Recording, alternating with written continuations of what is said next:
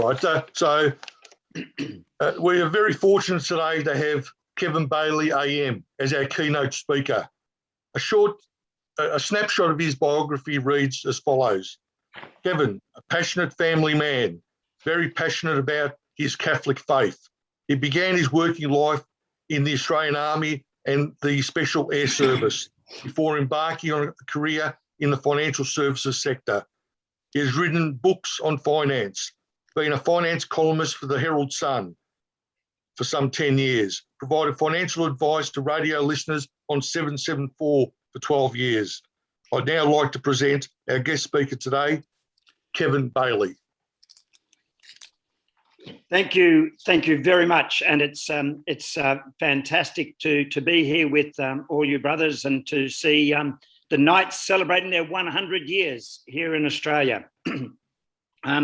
It's an auspicious occasion, and it corresponds to a situation where we need knights, where we need people to stand up for our faith and to reflect on all of the attributes of knights of old. The chivalry, the purpose, the dedication, the surrender of your own life for a greater cause, and to be knights of the church is something that is really quite critical. And I think that knights could take a great degree of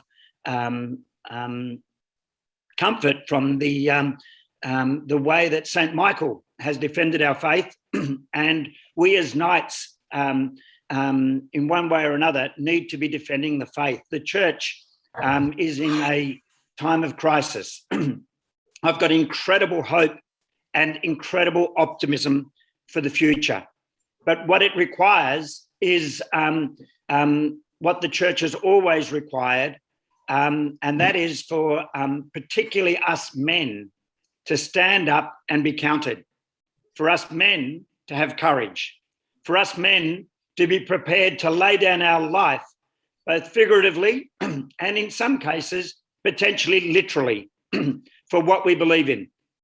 Back in 2014, 2015, many great Australian men were prepared to answer the call when our country was calling them up, and they went off to Gallipoli.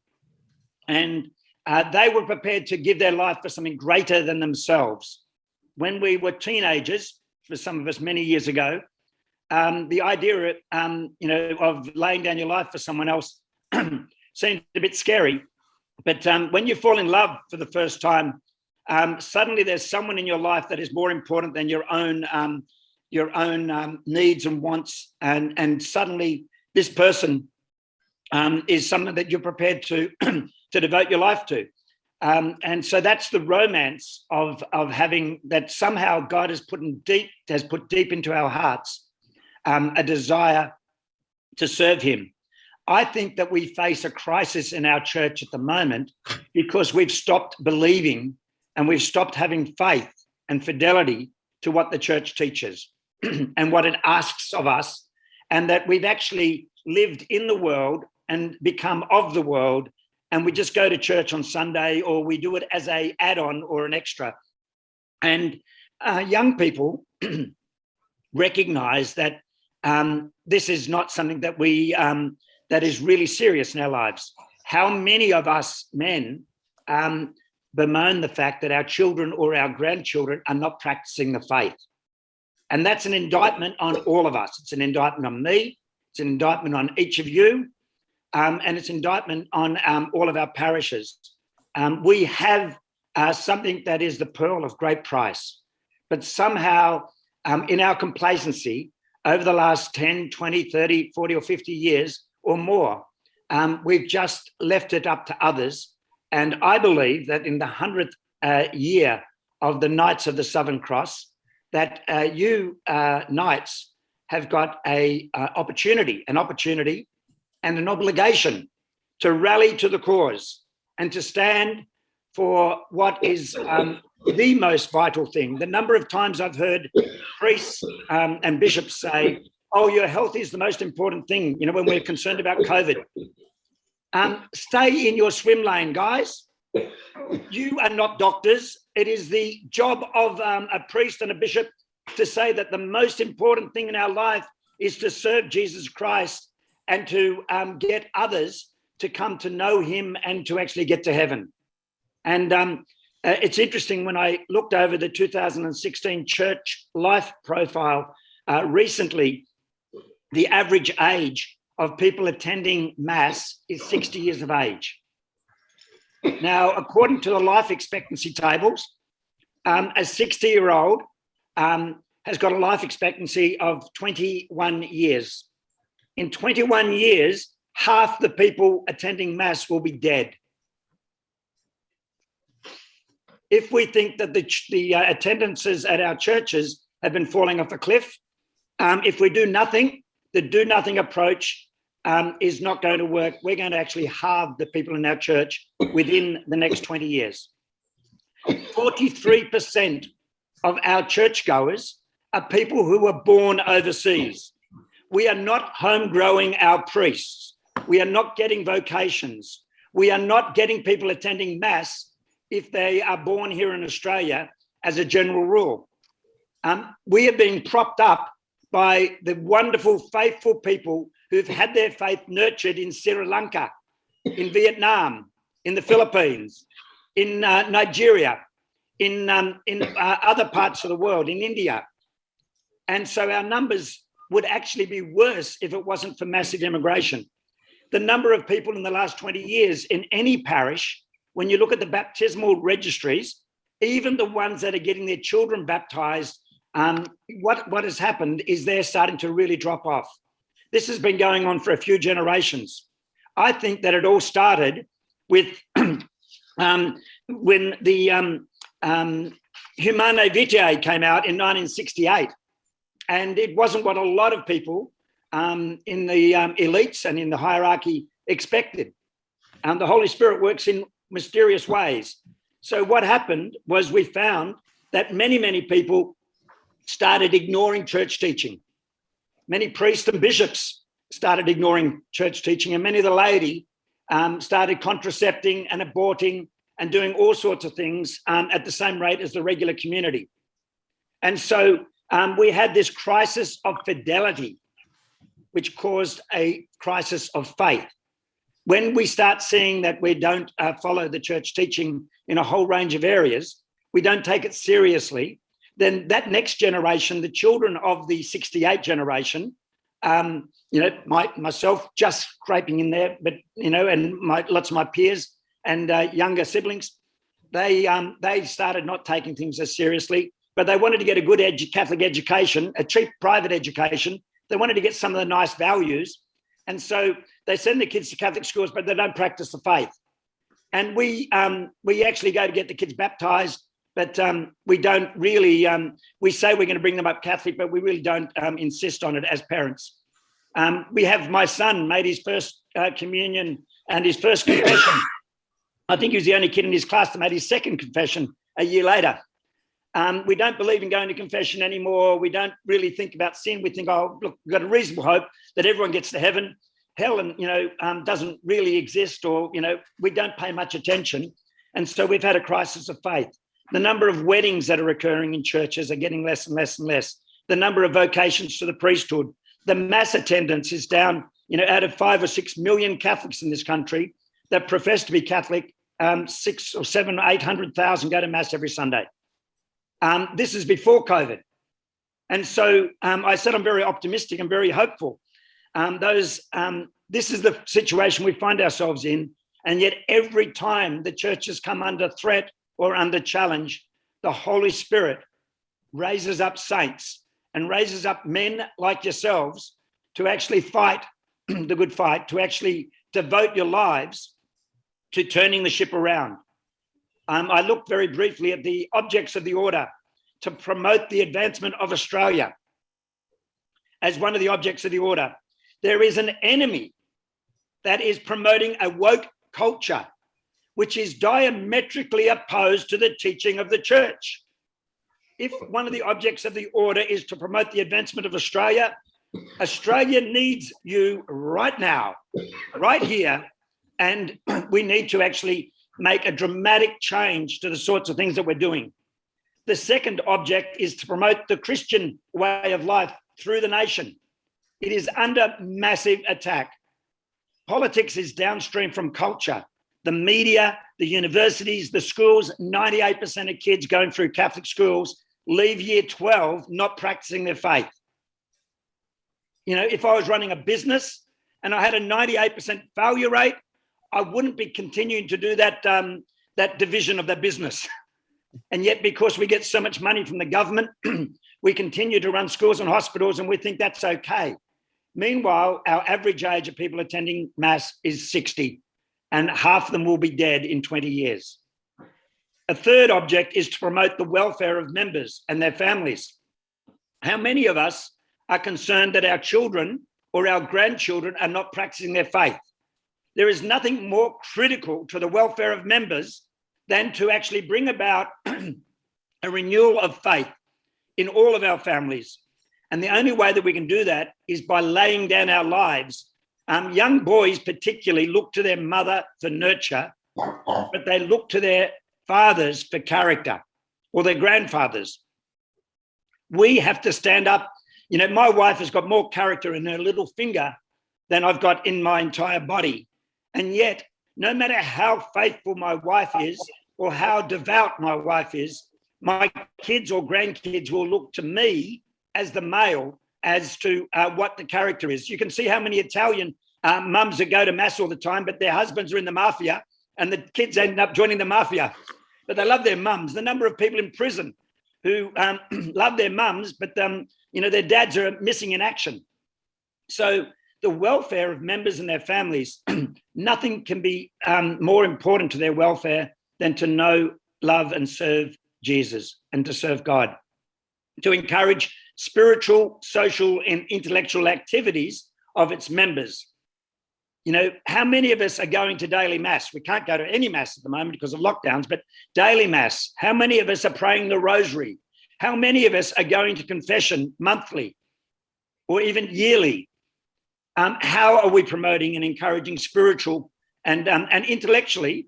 How are we equipping our members to stand up against, intellectually, against the lies and distortions of truth that are going on in our society? You know, one of the objects is to conduct, support educational, charitable, religious, and social welfare work. What we have to do is we have to focus on what bears fruit. We have to stop messing about around the edges and focus on what is most important. It's interesting when Pope Francis first came in and he wrote Evangelii Gaudium, the joy of the gospel. How many of us are filled with the joy of the gospel? Where Pope Francis said, parishes need to have a missionary dimension. I hope that all communities will devote the necessary effort to advocating and advancing along the path of a pastoral and missionary conversion, which cannot leave things as they presently are. Mere administration can no longer be enough. Throughout the world, let us be permanently in a state of mission. I dream of a missionary option. That is a missionary impulse capable of transforming everything so that the church's customs, ways of doing things, times and schedules, language and structures can be suitably challenged for the evangelization of today's world rather than for her self-preservation. Engage in a process of examination. The church can also come to see that certain customs not directly connected to the heart of the gospel, even some which are deeply historical, have deeply historical roots, are no longer properly understood and appreciated. Some of these customs may be beautiful, but they no longer serve as a means of communicating the gospel. We should not be afraid to re-examine them. We need to address the situation in our church, folks. You know, we always fall back on the idea of, oh, let's look at, you know, the pedophilia crisis has been horrific. But we need to support our priests and bishops and let them know that we love them and we support them and that they are heroic. They are heroic in the way that they are doing, good things, despite the terrible abuses of some of their members. And the idea that we've got to constantly fall back on legal, public relations and managerial dimensions of our church to try to fix our crisis is folly. The crisis is about doctrine and morality. This is a spiritual crisis we are facing in our church, and we have to address it by doctrinal and moral means. There's a breakdown in faithfulness and fidelity. As a result, there is no fruit. It is so blindingly obvious.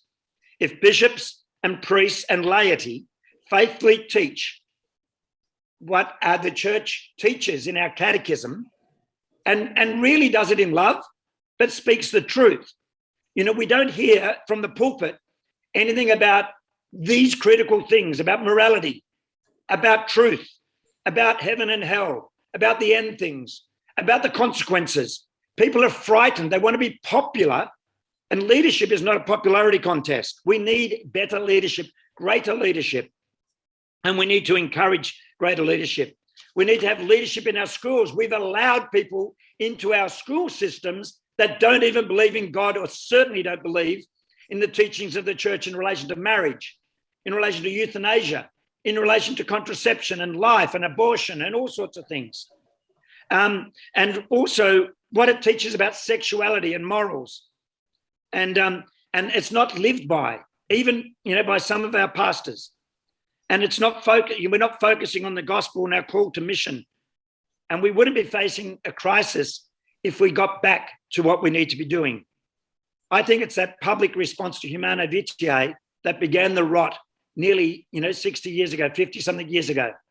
We need to assert the need for parish life to be renewed, to be real. What happened to me, my red pill moment, was nearly 10 years ago when my son said he didn't want to go to Mass anymore. I know none of you folks have ever had that happen to you, where one of your kids says he doesn't want to go to Mass. And that's when I realized that I had to get real. It was no longer good enough for me to be involved in marriage, education with Father Tony Kerrin and other groups, to be going along to Mass, to be doing things in the church. But then really what my kids were looking at me was a successful businessman. He wanted to maybe get in the army or get into business and make money and maybe do a bit of church on the side. And kids often follow their dad's footsteps. 98% of his mates at Xavier College weren't going to Mass. He didn't want to go to Mass. And so I remember praying that night to our Lord to say, hey, what do I need to do? And I really had that sense that I had to literally surrender. I had to move from just living like everyone else in our society. So I quit my job and devoted myself full time to working to support the missionary vision of the church. I got involved with working in Alpha, which is running programs to help people to the charisma, to actually start to investigate faith and so Alpha in a Catholic context. I got involved with Parousia Media with Chabel Reich to help people to get formation. I had no formation. In my schooling in the 70s, they've been focused on social justice warriors and not teaching the catechism or teaching the faith. I then, got very, very involved in helping bring out speakers. We actually went and got all the best Catholic laity organisations, Catholic Answers, EWTN, Ascension Press, Augustine Institute, all of the Catholic organisations in the States. We got the licence to represent them here in Australia and started running programs and getting involved in parishes to help, to actually reignite the faith. Then I actually met Father James Mallon, who is a Canadian priest who started a ministry called Divine Renovation, which focuses, he loved his brother priest and he wanted to support them in their leadership. Priests are not given any leadership training or coaching. And so we got very involved with coaching priests, with encouraging priests, with giving them hope, with reigniting their passion for the priesthood. and then developing parish renewal. Within the renewal of the parish, we need to have really solid leadership and lay leadership that can support the priest. And the next key is to actually be empowered by the Holy Spirit. So prayer, real prayer, serious prayer, daily mass, rosary, any of the devotions, novenas, really praying, and then really doing everything under the power of the Holy Spirit. Getting involved with that, then getting involved with making the church more invitational. Instead of just maintaining the flock, maintenance, looking after a church that is dying, providing palliative care for old age church. And that's what we're doing. The last one to die, turn out the lights of the church. Cut down the number of parishes because we're just, we're going nowhere, sell off all the land, lose hope that anything can be any different. It's really a bygone era, not on my watch. Not while we've got blood coursing through our veins. Knights should never, ever, give up. It's like the old Knights of Malta when they were under threat against the Muslim invaders. When we just had the Feast of the Rosary, Holy Rosary, the Battle of Lepanto. You can be outnumbered, and yet the whole world's turning against us as it was in the 16th century, the 1500s. And yet, with prayer and with Our Lady's protection, great men like Don Juan of Austria was able to stand up and defend that great battle. And so many times, the siege of Vienna, where, a Slobodan from Poland was able to come in and defend Christian Europe. We have to defend us in a spiritual way, not in physical battles anymore, but in a spiritual way. What we have to do is literally live our lives and be a witness. And so my poor son, who was wanting to be like his dad, suddenly had his dad working just, literally, I looked at my money. I told my kids, you're not going to inherit anything. I'm going to use the money that God's given me and entrusted me to pour it into ministries and things that are going to make a difference to your faith, because I want to leave a legacy that is eternal, not something that is going to only be causing you to, be chasing after money and be focusing on serving two masters. And the kids, they got used to that. They thought, okay, good on you. And so I'm leading by example. I'm not perfect by any stretch of the imagination, and I'm a sinner, and I'm constantly falling down. But I've found that I've been working with parishes throughout Australia and New Zealand over the last 12 to 18 months, and I am seeing unbelievable fruit that's coming. I'm seeing great changes that are happening wherever the church is really taking the gospel seriously. I am inspired by so many wonderful priests that are prepared to give it another go, to give it a red hot shot, to risk everything, like Don Juan of Austria, so that we can defend the faith. I am not prepared when I die and go to heaven, big assumption, I know.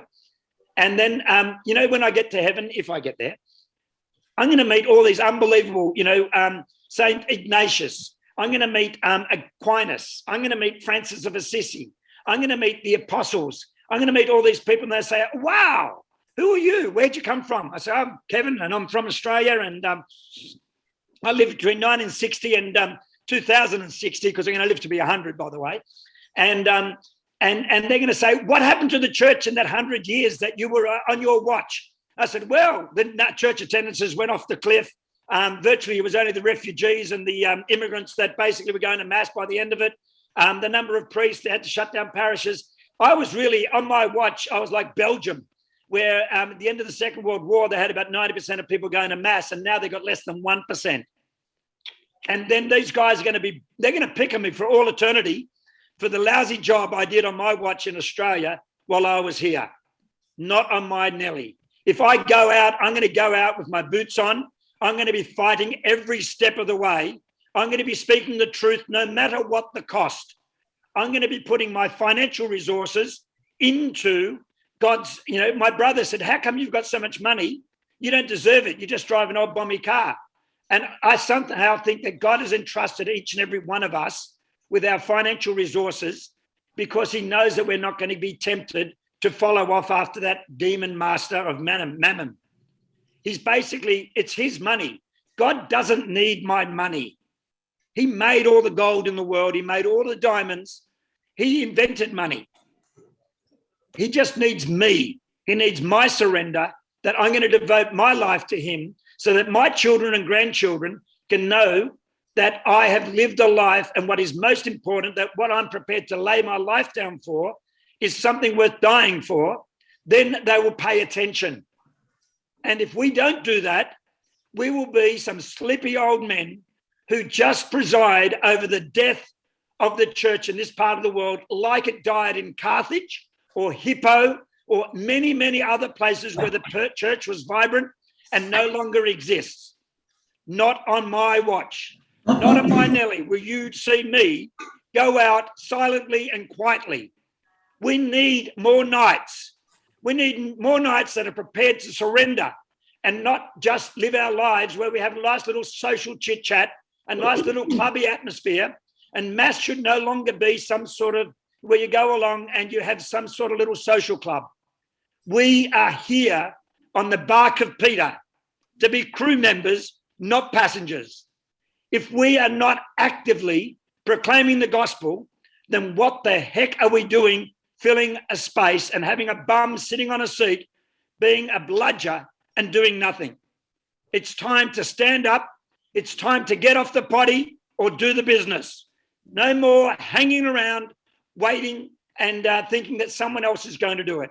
The business belongs to us to do. It's time for us to get cracking. 100 years of the Knights of the Southern Cross, the best is yet to come.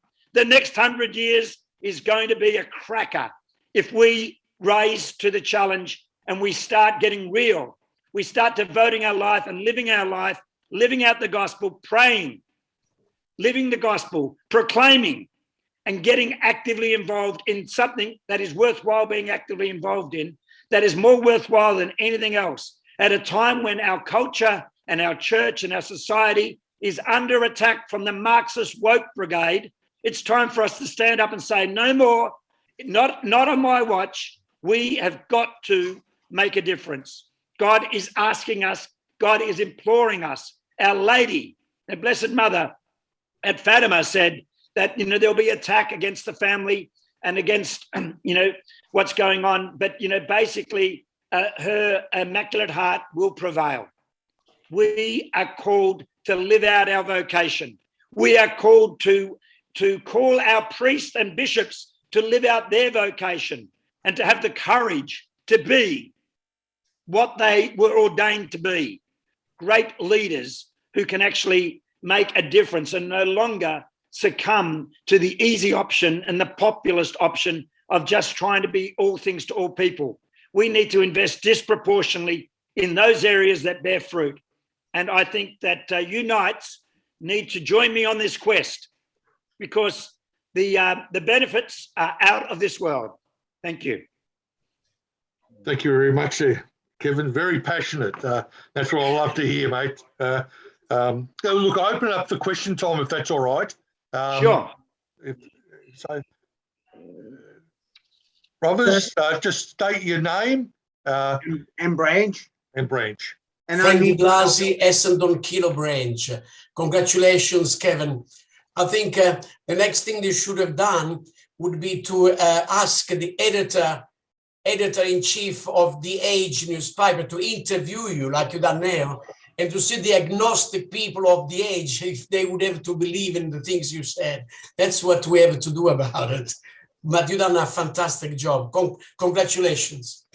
Thank you. We have to change the ideas of let them know that the church is not all what actually they publish in the papers. The church is also us, the missionary that we are emerging from all the parishes, and never a line is being published in the papers of the things, good things that the church do and does for the benefit of the communities. I never read one single line. And once I told one of the editors of The Age, he said, "What you're doing a great job only for your agnostic people." And that's it. That's it. Thanks, Kevin. Thank you. I I'll take leave that it as a to ask comment, you- but Sorry. what I would say is I'm not interested in, the age will never change. The agnostic people will never change. And yet we still should proclaim the truth. The fact is, for 300 years, the Christians proclaimed the truth and they threw them to the lions. We are really going to actually, one by one, work on people and to win their hearts. And so the fact is, there will be lies against us. Jesus said, they'll persecute you, but remember, they persecuted me first. And so what I'm offering is not beer and Skittles. I'm offering pain and suffering and abuse and bad luck. What's the worst thing they can do to me? Kill me? Jesus conquered death. The fact is, we need to know that we can actually stand up and speak the truth. We are such scaredy cats and whimpering little, we just allow them to get away with it. We need to actually, Solzhenitsyn said that when Lenin and his Bolshevik henchmen went door to door to people's apartments to drag them off in the night and murder them, everyone's hiding and whimpering, and they heard the footsteps coming on the steps up to their apartment, and they were trembling. If every one of those apartments, if a dozen people had gotten together downstairs with their pitchforks and their knives and so forth, so that every one of Lenin's henchmen knew there was going to be a bit of a price to pay, they might get bombed over their head or stabbed when they're coming to take someone away, there would have been a price to pay and they might have done something about it. The Jews in Warsaw, when they had the Warsaw Rebellion, the Jews basically said, okay, we're all going to die, but we're going to make these Germans think twice about the fact that they can take us off to Auschwitz and we just go like lambs to the slaughter.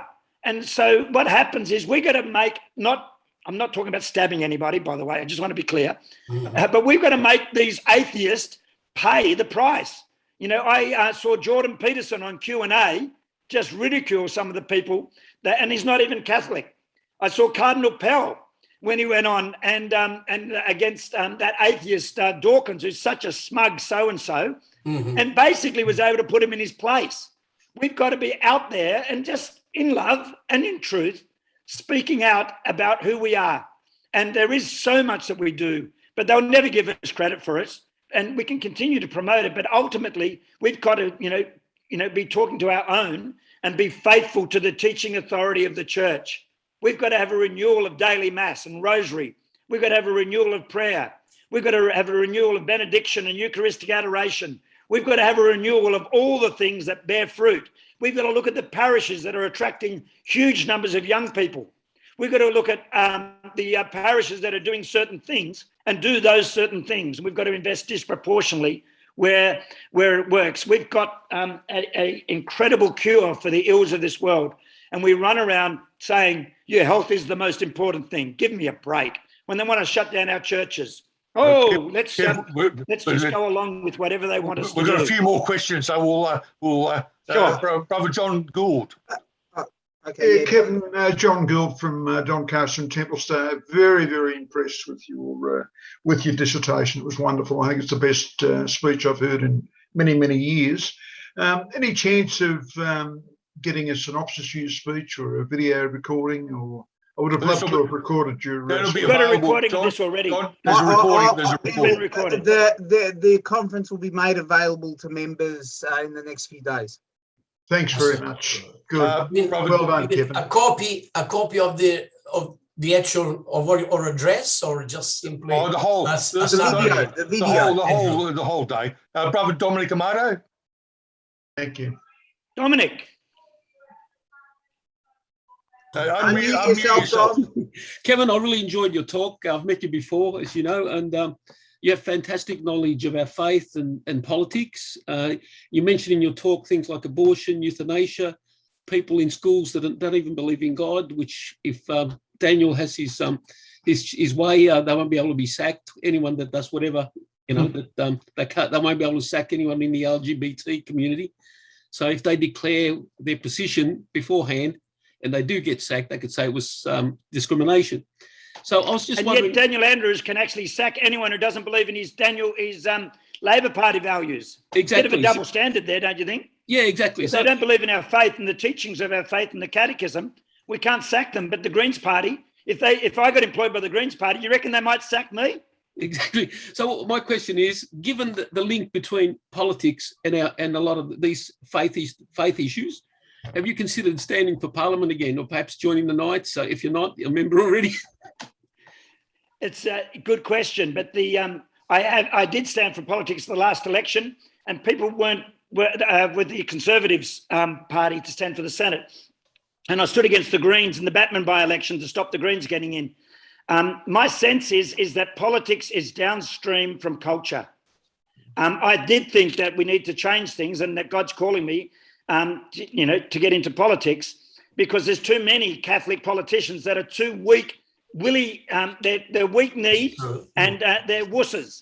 They want to go along with whatever. Oh, what's going to make me popular? What can I do? They need to stand up against these things with absolute conviction. But my sense is that politics is downstream from culture. The best use of my time, and prayerfully I've tried to work that out, the best purpose I can have is to support our good and holy priests and parishes to change their culture so that we can actually. I would have to give up working in Divine Renovation and Parousia Media and all the things that I'm doing in order to get involved in politics. And quite frankly, I think there's just an incredibly important task to bring about a huge renewal in our church in Australia and New Zealand. There's 35 dioceses throughout Australia and New Zealand that I'm responsible for supporting. And I want to make sure that they get all the resourcing and all of the benefit to bring about a massive renewal in the church in this part of the world. So I've been asked again and again and again, particularly in the last few months as we're leading up to a couple of elections next year, state and federal.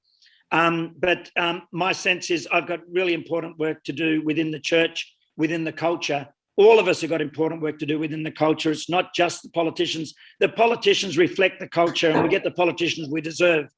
We get the Daniel Andrews because we deserved him. We put him in there, and we've been silent for so long. And we basically, when the schools, we let people teach in our schools that teach against the faith. So why should we just pick out the poor homosexual people and say, oh, we're going to sack them? Because we've had people living in sin, people flaunting the teachings of our faith, and so it does seem like a bit of a double standard. We've got to basically be fair income across the board, so that they can't pick us up on that. And if people are basically fornicating and living, whether it's homosexual or heterosexual, it's just against the teaching of our faith, and so therefore public sin requires a public response. Look at the Americans with Biden and Pelosi and all these sorts of people. Daniel Andrews is supposed to be a Catholic. They get him to go to speak at Catholic schools as a Catholic. What a joke. It's a disgrace to our faith. Joe Biden describes himself as a devout Catholic. A devout Catholic. You better start acting devout and stop giving money for murder and abortion, full term, partial birth, and all these sorts of things. This is like living in Nazi Germany and pretending we didn't know they were killing the Jews. They're killing people right on our watch. And Kevin, I've got three our money, resources, and efforts and reputations to stop what's going on. It's not going to happen by having one Catholic politician. I've got three last questions for you, Kev. So I'll start with Brother John Hennessy first, then Brother Tony, then Brother Glenn. Thank you. Thank you, Brother Chairman. And thank you, Kevin, for saying a few words there. I hope that most of our listeners there were taking notes, because we sit and hear people talking like this and we think, oh, that's all fantastic. And I sense an air of excitement and what's the word? Altogetherness anyway in our views. But we go away from this day saying, oh, wasn't that fantastic? And 48 hours we've forgotten it all and we've got on with our life and so forth. So my concern is that we have taken notes, or if not, after Andrew sends it all out, and we start to plans to put some of this into action. Because what happens is we don't make plans. You bet. Look, this is 100 walk years. This away is the time when the and- Knights can really rise up and be a real influence and make a real difference. That's my challenge to you that I want to lay down. Thank you, Kevin. Brother Tony, unmute yourself. Yes, Tony Brianna from the North Dandenong branch. Yeah. Fantastic, Kevin. Motivation, you've got it all there. I'm just curious. You've had to change your life around your family and especially your son. Now, hearing all that and the sacrifices you've done in your family, is your son a practicing Catholic? Yes, thank God. By the grace of God, so far so good. My son, I've got 7 children, aged from 32 down to 15. And all of them are still going to Mass and receiving the sacraments.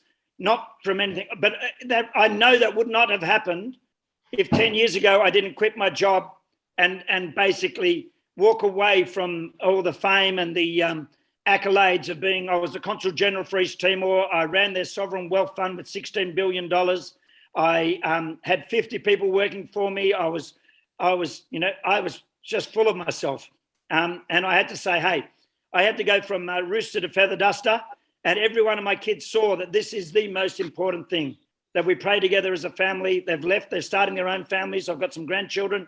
And I'm living in trepidation that at any time, one of them or two of them or all of them might stop practicing. My wife said to me once, I don't care what our kids do when they leave school, as long as I get to spend eternity with them. And that's my job as the head of the household, to ensure that each one of my kids are practicing their faith and are going to the sacraments, are going to confession, and are in a state of grace so that they can go to heaven. Otherwise, I will feel, and my grandchildren as well. And that's my first priority. And the only way I can do that is by using all the money that I've got to tell my kids, you're not going to get an inheritance. It's going to go to really what is most important about sharing the gospel. And they now know, and they can see this is the most important thing in their father's life. And when they see that, if his father loves football, the kid will love football. If the father's a computer nerd, the kid will become a computer nerd. They follow what the father does. They really look at the father's character. If the father's in mafia, the kid's going to be a bad guy, usually. The fact is we need to really live a living example that the faith is the most important thing. My 15-year-old said, we've got to sit and watch Mass because we're in lockdown. Yes, we have. Yeah, I know. So the fact is, they see me watch Mass during the week as well. I haven't got them to come and watch daily Mass yet, but at least they can watch the Sunday Mass. Yeah. Thanks, Hey, Kev. Now, Glenn, this is a question or a thank you? It's a thank you. Okay. All right. Now, I'll now like to ask Brother Glenn Morris to propose a vote of thanks for our keynote speaker today. He's been marvellous, very, very motivational, magnificent. But Glenn, over to you. Thanks, Brother Carmen. It's Glenn Morris from Sunbury. Thank you so much, Kevin. That's very inspirational. And your talk aligns so well with the theme for this particular forum. We talked about change, challenge, opportunity. In the change area, you spoke about the change in Mass numbers, the participation at Mass, the participation at confessions, saying the rosary. These are things that have changed.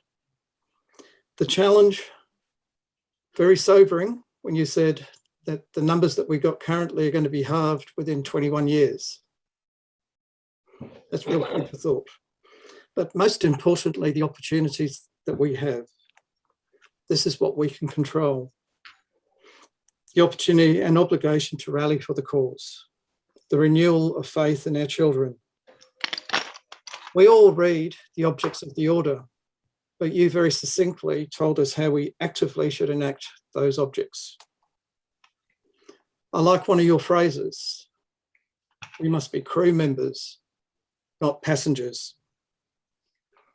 Thank you on behalf of all of us, Kevin. Very inspiring and motivating.